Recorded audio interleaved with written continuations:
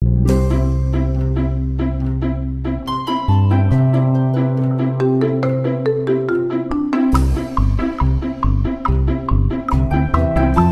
जगन्नाथ नमस्कार। आसतु नजर पकेबा ओडिशा तथा देश विदेशर प्रमुख खबर उपरे। किंतु ता पूर्व अनुरोध आपण भिडियोटी को शेष पर्यंत देखंतु। जो माने प्रथम कर देखछन्ते सब्सक्राइब करंतु, जहा फळे प्रत्येक वीडियो नोटिफिकेशन आपण सर्वप्रथमे पाई परिबे। आजिर प्रथम खबर, देशर क्षुद्र एवं मध्यम कृषक मानक पई केंद्र सरकार ए योजना प्रस्तुत करिसंती। वर्तमान 17तम किस्ती टंका पाइछन्ती समस्त चाषी। आगामी 18तम किस्ती पई समस्त अपेक्षा करिसंती। पीएम किसान सम्मान निधि योजना रे टंका प्रदान करा जाय थाय। एही टंका कृषक मानक किस्ती हिसाब रे प्रदान करा जाय थाय। वर्ष सारा 3टी किस्ती माध्यम रे एही टंका मिली थाय। प्रत्येक किस्ती रे 2000 टंका दिया जाय। यह प्रति 4 मास रे गोटे किस्ती भावे रिलीज हुए। प्रधानमंत्री किसान योजना माध्यम रे एही टंका प्रत्येक 4 मास रे थरे अकाउंट को आस्ताय। एभली परिस्थिति रे चलित अक्टोबर एवं नवेम्बर मास मध्य पीएम किसान 18तम किस्ती प्रदान करा जिवो। एही माध्यम रे यदि आपण ए पर्यंत आवेदन करिनांती तेबे आज ही यार सोशल वेबसाइट को जानतु। ऑफिशियल वेबसाइट रे pmkisan.gov.in को जानतु। कृषक विकल्प बाछंतु। वर्तमान सेठारे नूतन कृषक पंजीकरण उपरे क्लिक करंतु। परवर्ती खबर, एणिकी राशन कार्ड हिताधिकारी मानकु चाउल सह गहम मिलिबो। मुंड पिछा मासकु 4 किलो चाउल 1 किलो गहम मिलिबो बोली खाद्य जोगाण एवं खाउटी कल्याण मंत्री कृष्णचंद्र पात्र घोषणा करिसंती। तेबे पूर्वरु राशन कार्ड हिताधिकारी मानकु चाउल सह मिलुथिबा गहम को बंद कर दैथिले पूर्व सरकार। अधिक चाउल देवाकू केंद्र को दाबी करिबा परे गहम जोगाण को बंद कर दिया जायथिला। पूर्व सरकार गहम को बंद करी राशन कार्ड हिताधिकारी मानकु केवल चाउल जोगाई दउथिले। एबे राशन कार्ड हिताधिकारी मानकु चाउल सह गहम देवाकू केंद्र सरकार सह आलोचना करा जायछि। हिताधिकारी माने चाउल सह गहम पाइबे। परवर्ती खबर, राम मंदिर ठारू आरंभ करी रेल स्टेशन जाए समस्त सरकारी जमी को किणी सारिलेनी बांग्लादेशी माने। प्रतिदिन नुआ नुआ घर करूछंती बांग्लादेश अनुप्रवेशकारी माने। सबठू बड़ कथा हैला बांग्लादेश अनुप्रवेशकारी माने सरकारी ऑफिस, तहसील, हॉस्पिटल, घरोई बासभवन जगह को कब्जा कर सारे। सरकारी जगह को कब्जा करी करी पालरे कुड़िया तैयारी करी रहउछंती। धीरे धीरे यही कुड़िया को लागिथिबा जगह को कब्जा करी नउछंती। परे सांगसाथी मानकु डाकी बसती विस्तार करूछंती। यूनिट 3 अंचल रे हजार हजार बांग्लादेशी बस्ती गढ़ी तोलिछंती कुड़िया। 20 वर्ष तले यही जगह खाली पड़िथिला। ड्रेन को भी छाड़ू नाहंती। ड्रेन उपरे घर करूछंती। पाखापाखि रोहुथबा ओडिया परिवार एबे रास्ता ऊपर को बाहरी पारु नाहंती। वर्तमान एही बांग्लादेशी अनुप्रवेशकारी मानक पई ओडिशा रे आईन श्रृंखला परिस्थिति विपर्यस्त आड़ को गति करुछि। परवर्ती खबर, भारतीय कृषि अनुसंधान प्रतिष्ठान तथा IARI 9टी नूतन किस्मर धान विकसित करिसंती, जहाँ भारतीय कृषक मानक पई कृषि उत्पादन एक नूतन विप्लव आनिबो बोली प्रमाण करिवो।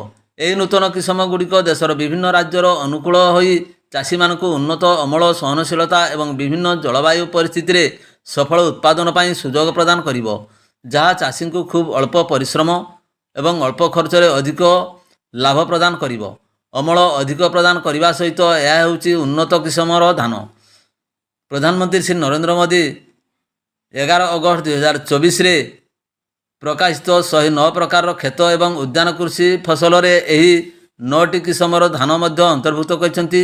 एही किस्म गुड़िक केवल उच्च मानर अमल एवं सहनशीलता प्रदान करे नाही, बरं विभिन्न जलवायु एवं मृत्तिका अवस्था मध्य भल प्रदर्शन करि पारिबो। एही किस्म गुड़िक कृषक मानकर सेमानकर उत्पादन वृद्धि करि पारिबो एवं देशर खाद्य निरापत्ता को दृढ़ करि पारिबो।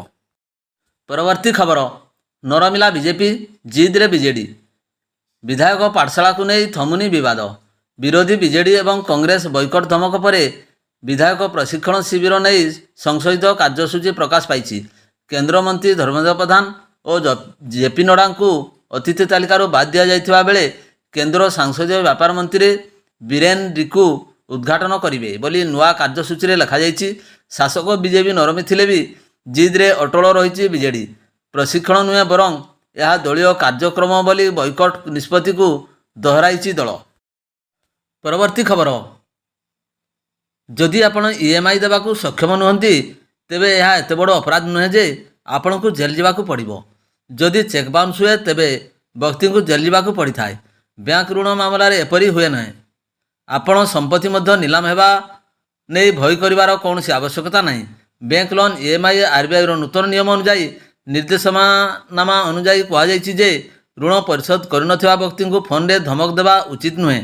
ଯଦି ଋଣଦାତା କ୍ରମାଗତ ଭାବେ 2 କିମ୍ବା 3ଟି EMI ପ୍ରଦାନ କରନ୍ତି ନାହିଁ ତେବେ ଏକ ବିଜ୍ଞପ୍ତି ଜାରି କରିବା ଉଚିତ।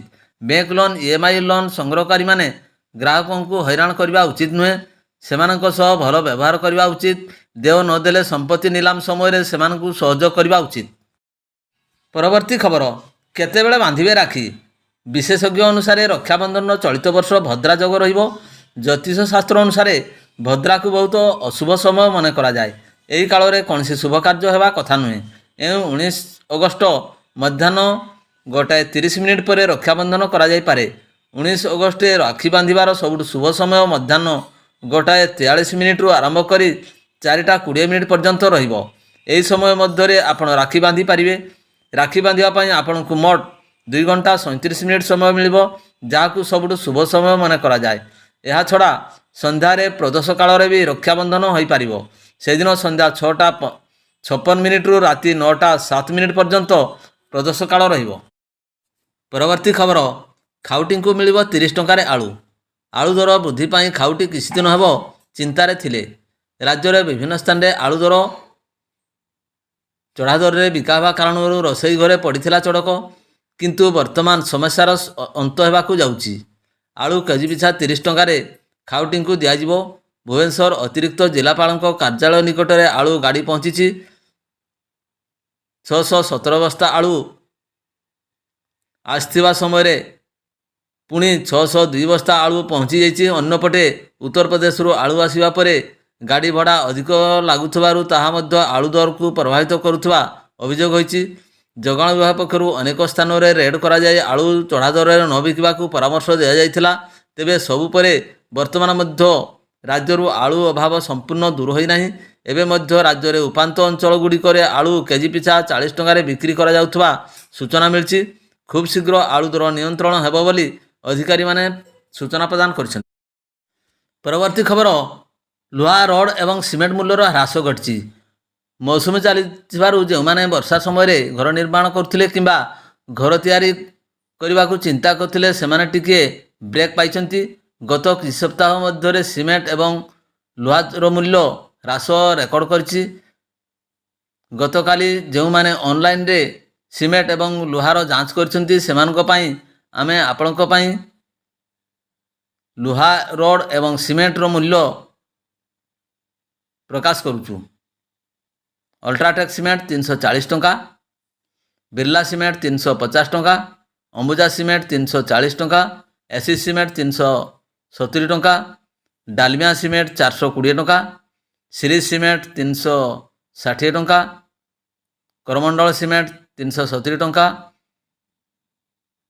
ଜେପି ସିମେଣ୍ଟ 390 ଟଙ୍କା, କେକେ ଲକ୍ଷ୍ମୀ ସିମେଣ୍ଟ 390 ଟଙ୍କା,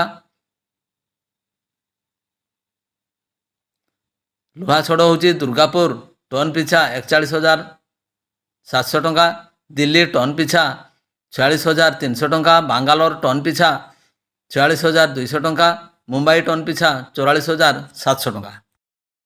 ପରବର୍ତ୍ତୀ ଖବର, ଚାଉଳ ବାବଦରେ ବକେୟା 2.5 କୋଟି। ରାଜ୍ୟ ଯୋଗାଣ, ଖାଉଟି କଲ୍ୟାଣ, ବିଜ୍ଞାନ ଏବଂ ବୈଷୟିକ ବିଭାଗ ମନ୍ତ୍ରୀ ଶ୍ରୀ କୃଷ୍ଣଚନ୍ଦ୍ର ପାତ୍ର ନିକଟରେ 4 ଦିନିଆ ଦିଲ୍ଲୀ ଗସ୍ତରେ ଶେଷ ଦିନରେ କେନ୍ଦ୍ର ଖାଉଟି ବ୍ୟାପାର, ଖାଦ୍ୟ ଯୋଗାଣ ଏବଂ ସାଧାରଣ ବଣ୍ଟନ ନୂଆ ଅକ୍ଷୟ ଶକ୍ତି ମନ୍ତ୍ରୀ ଶ୍ରୀ ପ୍ରହ୍ଲାଦ ଯୋଶୀଙ୍କୁ ସାକ୍ଷାତ କରିଥିଲେ। ଶ୍ରୀ ପାତ୍ର କେନ୍ଦ୍ରମନ୍ତ୍ରୀଙ୍କୁ ସାକ୍ଷାତ କରିବା ଅବସରରେ ସାଧାରଣ ବଣ୍ଟନ ନିମନ୍ତେ ଚାଉଳ ବାବଦକୁ ଥିବା ବକେୟା ଅର୍ଥକୁ ପ୍ରଦାନ କରିବାକୁ ଦାବି କରିଥିଲେ। ଶ୍ରୀ ଯୋଶୀ ଏହାକୁ ବିଚାରକୁ ନେଇ 2,500 କୋଟି ଟଙ୍କା ପ୍ରଦାନ କରିବାକୁ ପ୍ରତିଶ୍ରୁତି ଦେଇଥିଲେ। ଭିଡ଼ିଓଟିକୁ ଶେଷ ପର୍ଯ୍ୟନ୍ତ ଦେଖିଥିବାରୁ ଅନେକ ଧନ୍ୟବାଦ।